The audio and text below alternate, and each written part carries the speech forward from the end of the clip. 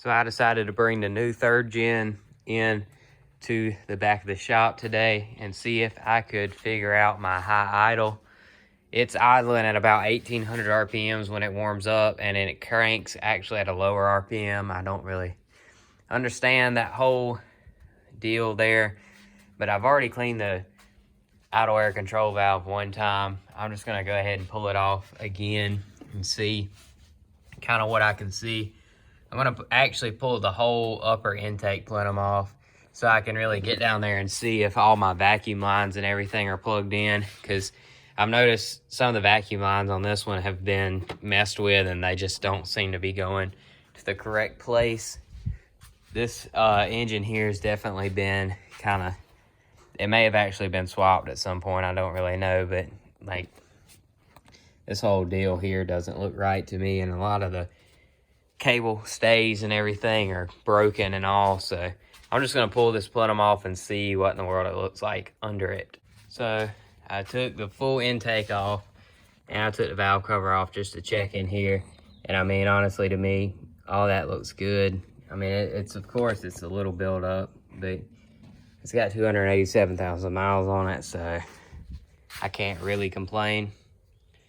So I guess I'll just go ahead and do the valve cover gaskets, because, you know, that's just what you do when you have a 3rd gen 4Runner that you get.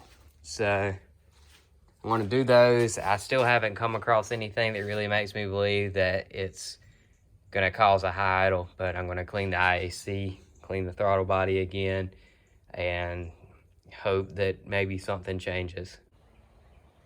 So I'll have everything out of the engine and everything. I'm just gonna go ahead and I'm probably just gonna spray these valve covers black. I don't usually like painting like the stock parts or whatever, just because I feel like the stock looks better. But this one looks so bad, it's very oxidized, so I think I'm just gonna spray it white, and that should clean up the engine bay a little bit. On my first 4Runner, I had no issue getting the spark plug seals out, but in this one, I got them out, but I had to literally destroy them. They were so stuck in there. I don't know if these were aftermarket, or obviously they were. This probably is the original right here, and the other two may have been aftermarket. This one came out fairly easy. These were absolutely terrible to get out. So I'm going to be putting new ones in and redoing this valve cover. So I have the passenger valve cover back on the engine now. The paint job I did, it isn't perfect by any means, but it'll be fine. I was more so just covering up just how terribly oxidized it was. As you can see here, there's just some pitting and stuff on the valve cover, but this isn't a show truck. It's gonna get used and driven, so as long as it looks better than it did, it's fine with me. And now I'm going to have to start working on this side. So I got this valve cover here that I'm going to try and wire wheel. As you can see, I already did right there. It's really dirty from, I guess, oil changes and stuff. But as you can see, this one's super oxidized as well, just like the other one. So I'm going to clean this up so I can paint it. So I got this valve cover primed now. Just waiting on it to dry, and then I'll spray the black. So I'm putting the seals in the valve cover here, and I just want to make a quick how-to on how to put these spark plug seals in. I always, or not always, the first time I did it, I actually put them in upside down, because if you look at them, you think this side is the one that you would be seeing from the top of the valve cover, but they actually go in from the bottom like this, because if you think about it, this seal right here actually seals around the spark plug whatever hole, and when you push it down, it slides into this, and this kind of guides it, whereas this side doesn't. So it goes in like this right here. So I've never seen this happen before. I was trying to use my brake cleaner and it's just going absolutely nuts. So I guess that's the whole can gone. So when you do the valve covers, you want to wipe RTV on the curves of the base of the seals there, and where these seals here go. But I have the valve cover and seals all in the valve cover gaskets and seals all in the valve cover, and I'm just going to put it on now. When you put the bolts on for the valve covers, be sure to put these gaskets here in there, and you always want to put the rubber side down, that way it seals better. So when I pulled out my PCV valve, the little grommet here was super cracked up and nasty, so I bought a new one, and all you have to do to get it in is slip it in where it goes, just as easy as that.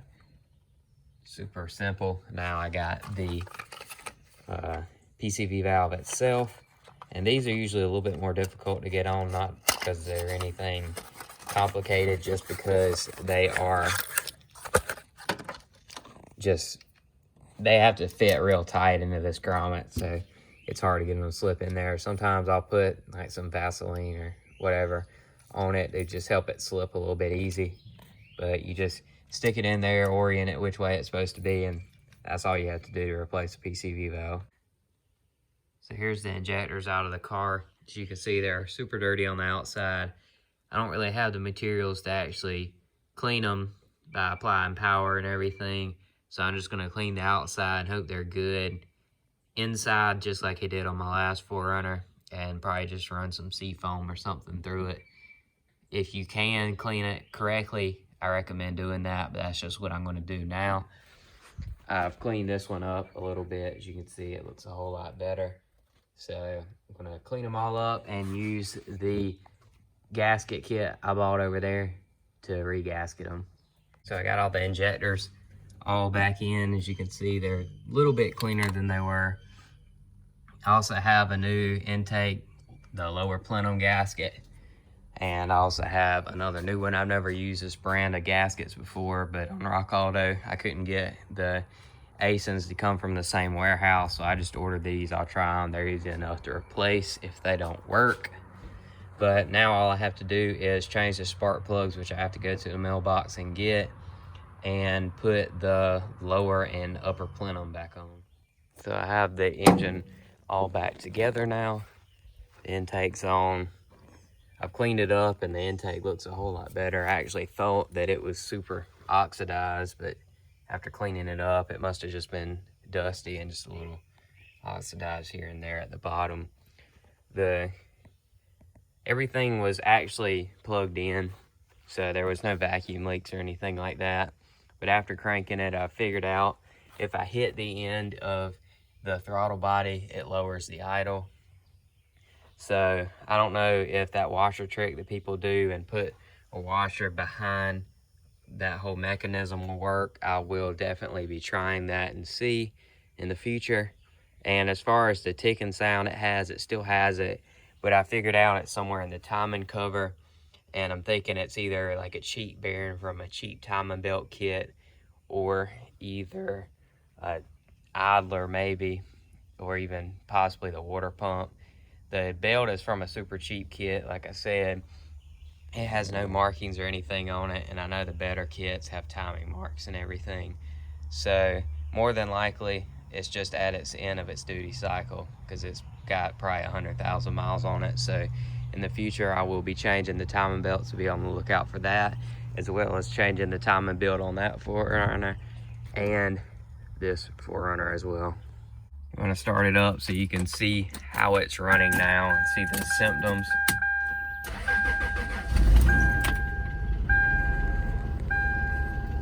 It's idled very low when it's cold, and it idles up when it's warm after you rev it.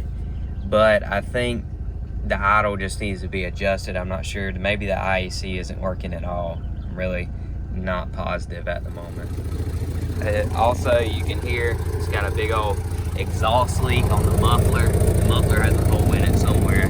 It's also got an exhaust leak up here on the manifold area. I'm assuming probably a gasket or something. Alright, I just revved it, and as you can see, the idle is very high. So what I'm going to do is take this old ratchet and hit the end of this.